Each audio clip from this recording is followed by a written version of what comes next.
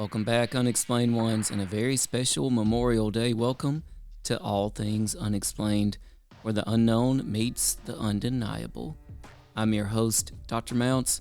We're proud to be one of Million Podcast, Top 100 UFO Podcast, and Top 60 Bigfoot Podcast in the galaxy. Now, before we jump in, a moment of gratitude. Today, we honor the brave men and women who gave everything in service to this country. Without their sacrifice, we wouldn't have the freedom to ask the big questions or search for the even bigger answers. And speaking of big questions, this is episode 251, and if you caught episode 248, you already know we're in uncharted territory. That was the episode where Dr. Eric Davis, yes, that Eric Davis, told Congress that he conducted his own investigation into the Roswell incident of 1947. His conclusion? Not weather balloons, not crash dummies, but 4-foot-tall gray aliens. That alone would have been historic, but he didn't stop there. Davis also confirmed the existence of multiple non-human species. The grays, the tall whites, the reptilians, and yes, even insectoids. In this episode, we're taking things even deeper. We're calling it Roswell Exposed. Eric Davis testifies, Puthoff confirms, and lost tapes surface.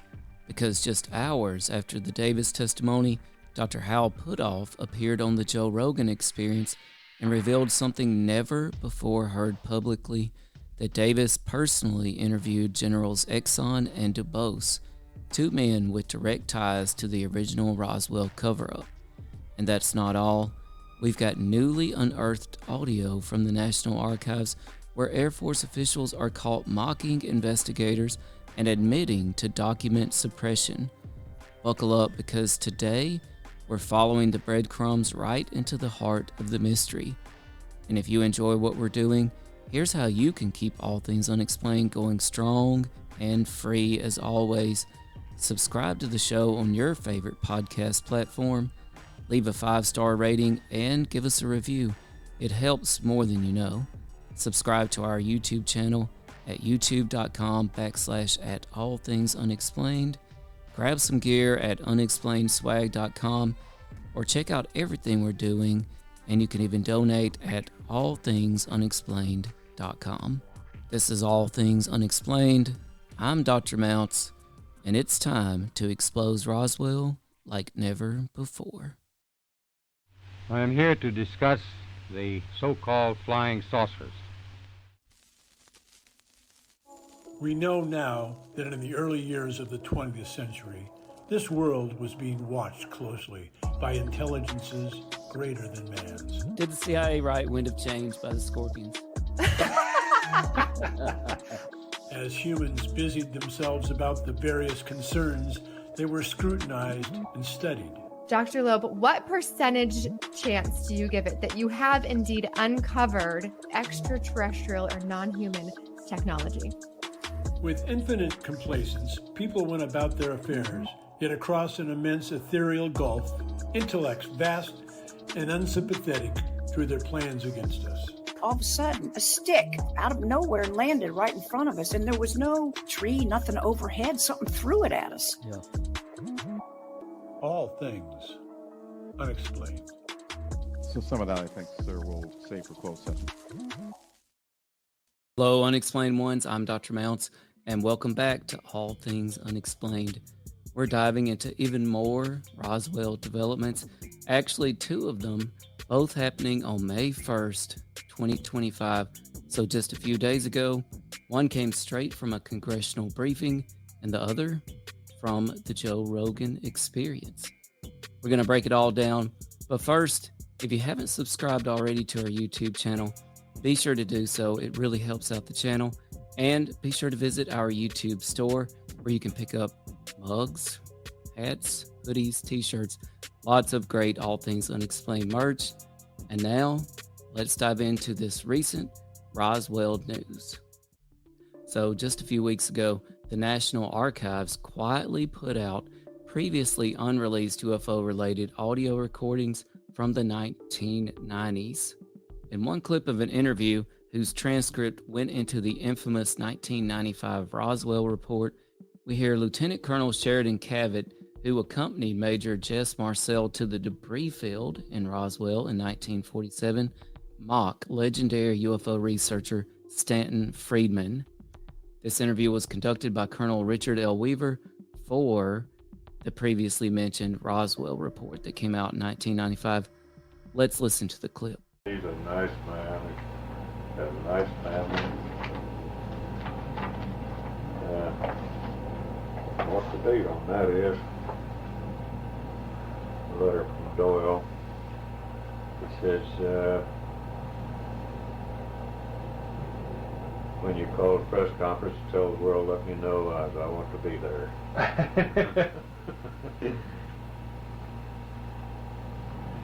So, I've just got reams of this stuff in books.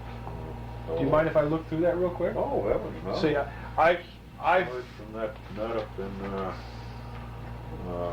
Friedberg, Stanton T. Friedman or whatever. Yeah, he doesn't like me a lot. He writes me. He called me a couple of times. One time I could hear him a little bit, but it wasn't good enough for me to try to strain my brain. So he apologized in a letter he wrote me back. Said, "Sorry, we had a bad telephone connection." Okay. On your round. So again, that clip came from a conversation with Colonel Richard L. Weaver, the official behind the 1995 Air Force's Roswell report.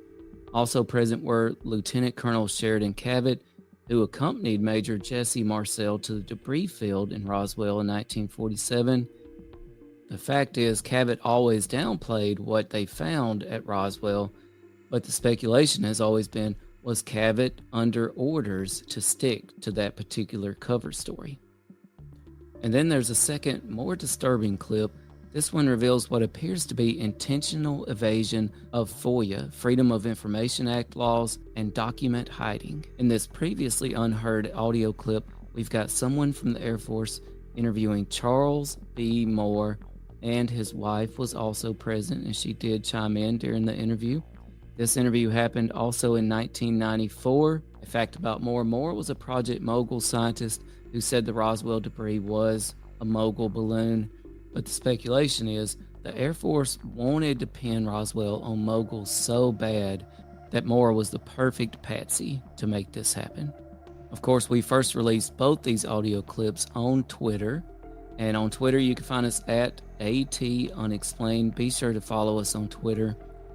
Now, in this newly released audio-only recording from June 8, 1994, the U.S. Air Force is interviewing Professor Charles B. Moore, physicist and meteorologist who played a key role in Project Mogul, at his dining table at his home. In the clip, Moore references Robert Todd, a persistent Roswell researcher known for his sharp criticism of the UFO community. Todd was seeking to communicate privately with Air Force officials in a deliberate attempt to circumvent FOIA protocols, an effort to stop documents from being released to, quote, UFO buffs, unquote. Moore also revealed that Colonel Duffy kept significant materials stored in his basement, documents that presumably have never been seen by the public. Now, the fact is, Colonel Duffy was most known for being involved in Project Mogul, so these documents probably primarily relate to Project Mogul, but why was he storing them in his basement? We may never know. Let's check out the clip. Did he prefer you not give us copies of all this information? Right, he's dug up the things with Colonel Duffy, and he wants to be sure that they don't get released to the other UFO buffs or the UFO buffs. I think he's not one under Freedom of Information. So I think he's willing to have it transferred to you as a private communication. I see. I think Colonel Weaver promised that he could arrange it so that it would not come under Freedom of Information disclosure, which may be odd for Todd to be asking, but I thought you'd find that of some interest. Well, the end report that we're going to write is going to be based on official records and essentially transcripts such as this. So there'll be a lot of things like Cavett's tape The transcript will not be a part of that. This statement, But the summary will. The statement will be. Can I make a suggestion? If you remember, there was a note in there from Dave Atlas to Colonel Duffy, a copy of a letter, I think, there. And Dave mentioned somewhere or another that Colonel Duffy took him down in his basement, and he had large amount. Colonel Duffy had trunkfuls of documents that were unclassified. I wonder if it would be possible for you to contact Mrs. Duffy, who I was wondering about what she might have. Well, I think she may have a great deal. As you heard, this is hard evidence of a deeper, more controlled information network surrounding the Roswell incident. I have to give a shout out to my friend and Roswell researcher Paul Tiberius. Make sure to check him out at roswellufotour.com. We owe a big shout out to our friend Patrick at the Vetted podcast. Our Roswell tweet on the FOIA cover-up and the hidden documents in the basement inspired an episode of Vetted, and Patrick gave us a great shout out on the show. Let's check it out right here. We're staying on Roswell because this next part that I have for you that was uncovered in this document drop is honestly pretty damn interesting, if I'm being honest. So I want to give a special shout out to All Things Unexplained podcast with Dr. Tim. He put this out. He gets all the credit. I've been on their show before. Amazing show. They do a great job. And he put out this tweet. Now, who is this Colonel Duffy hiding documents? Well, the image that I was going to reveal is Colonel Duffy. This is who's been hiding documents about Roswell in his basement. There you go. How do you feel about that? Now you can watch that entire episode of Vetted. The link is in the comments to this show. Much love to Patrick and the team at Vetted. Let's all keep pushing for the truth. Although it was mind-blowing to find those Roswell revelations in the National Archives release, we never expected there to be even more breaking Roswell news here recently, but yet that is exactly what happened.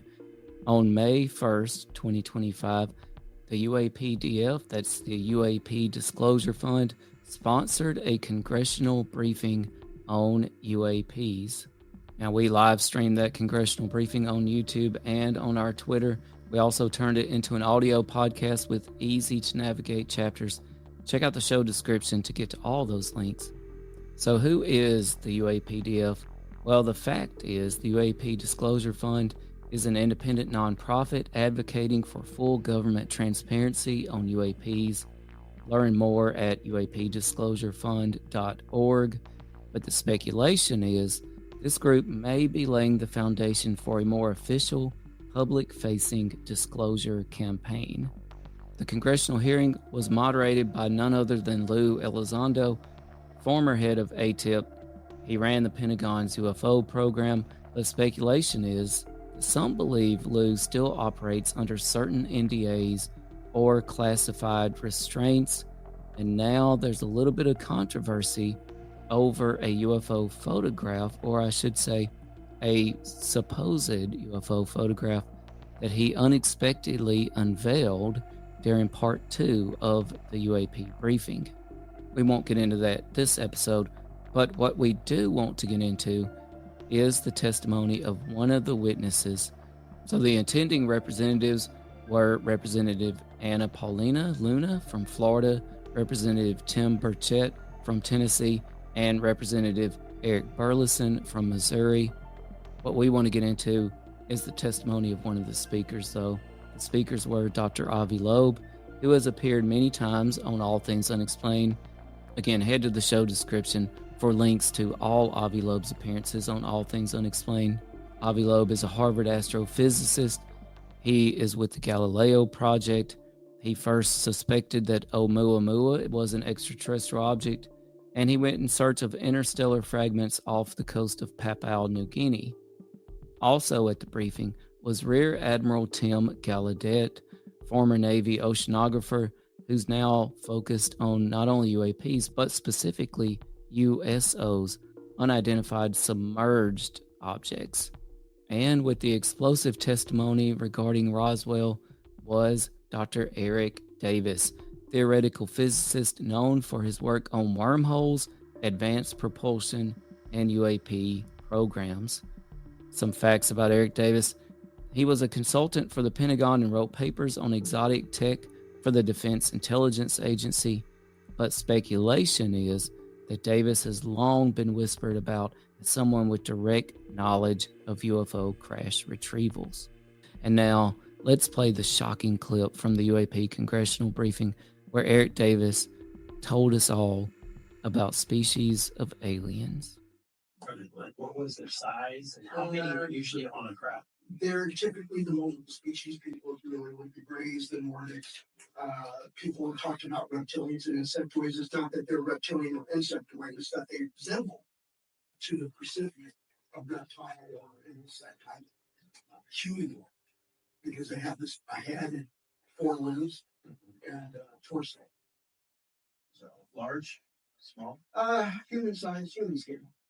And how many are crew? Right. Well, the Greys I'm familiar with from investigating the crash at Corona, which is misnamed the crash at Roswell.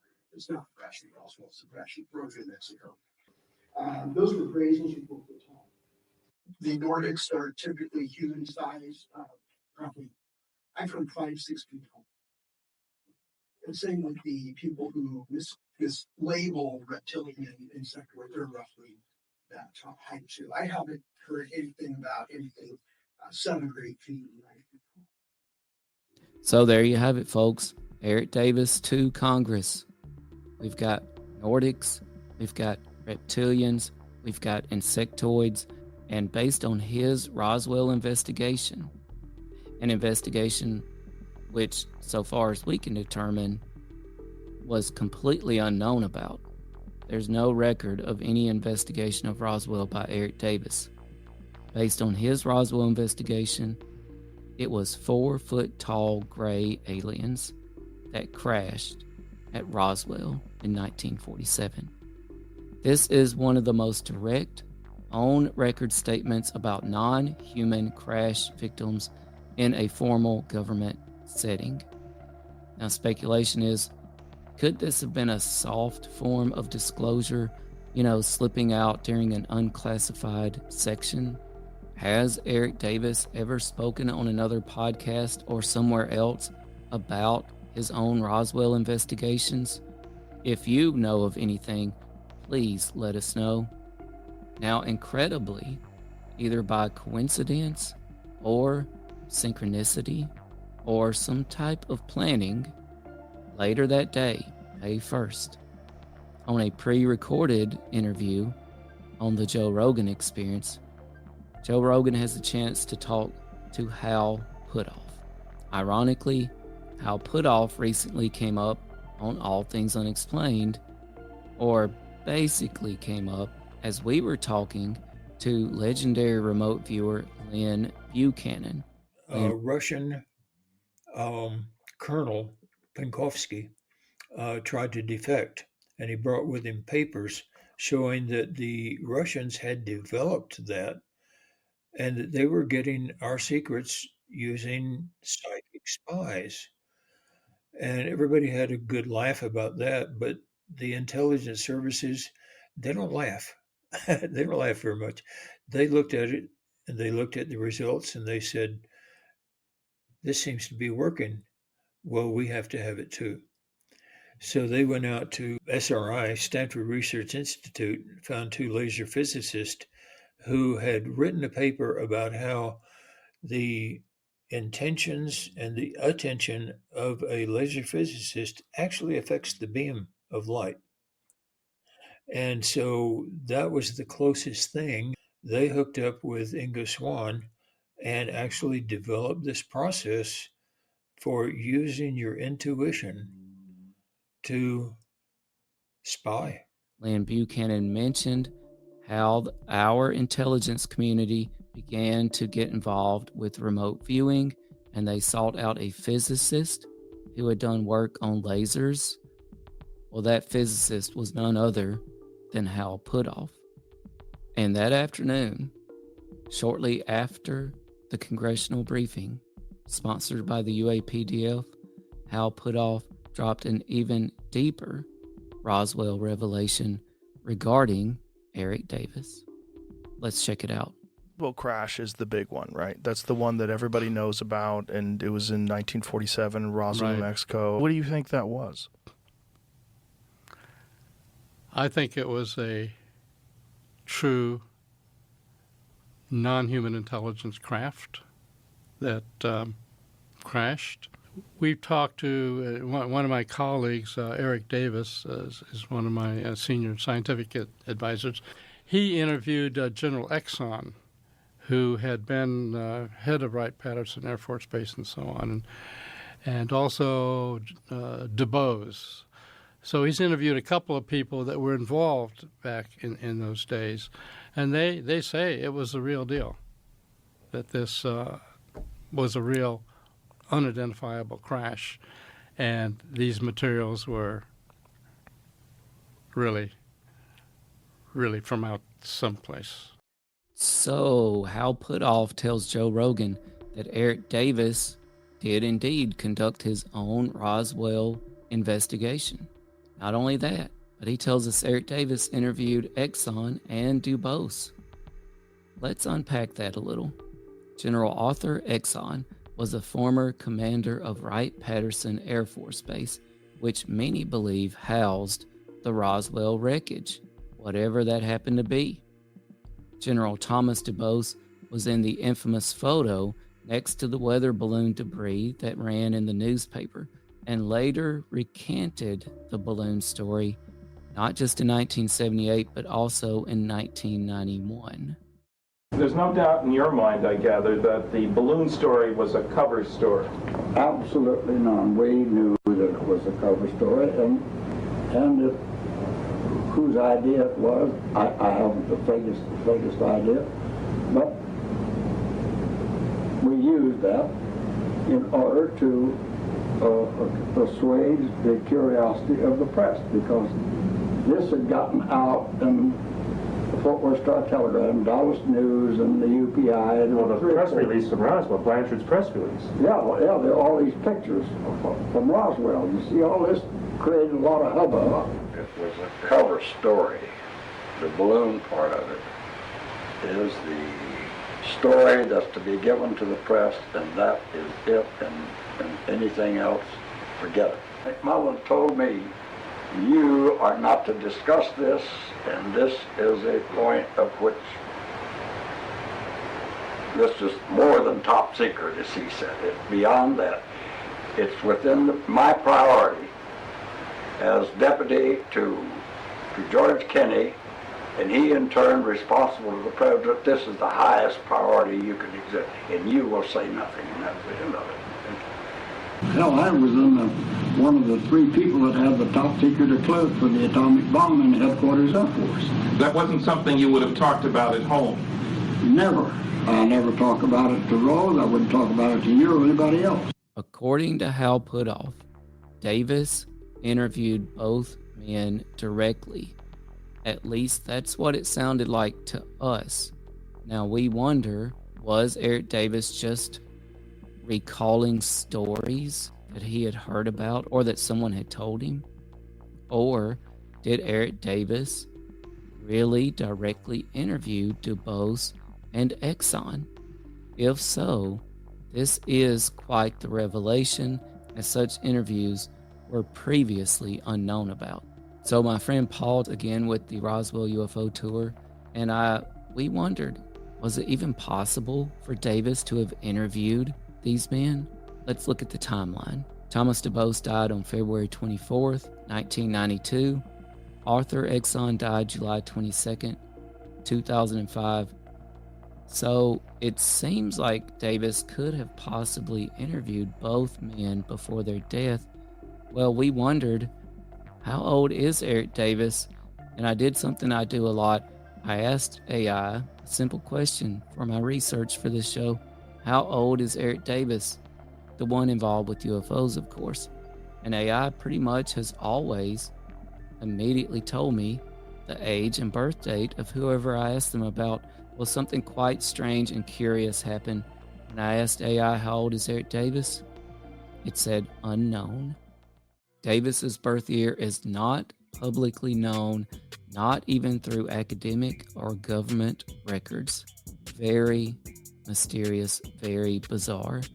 So, could Davis have interviewed them both before they passed? Possibly, but until Davis or someone else confirms it, we're just left on our own to put the pieces together. So here we are, right on the heels of All Things Unexplained, discovering this Roswell audio hidden in the National Archives. And then on May 1st, Eric Davis tells Congress that gray aliens crashed at Roswell. And then later that day, Hal Puthoff tells Joe Rogan that Davis got that story straight from two high-ranking generals through his own Roswell investigation. The fact is, Roswell just got a little more real. It seems like disclosure isn't coming all at once, though. It's unfolding slowly, piece by piece. Be sure to like, comment, and subscribe for more breakdowns like this, and let us know your thoughts. Was this soft disclosure or something bigger? What's really going on here? What really happened in Roswell, New Mexico in 1947? This is Dr. Mounce with All Things Unexplained. Until next time, keep looking up. All Things Unexplained. What's your hot take on Travis Taylor?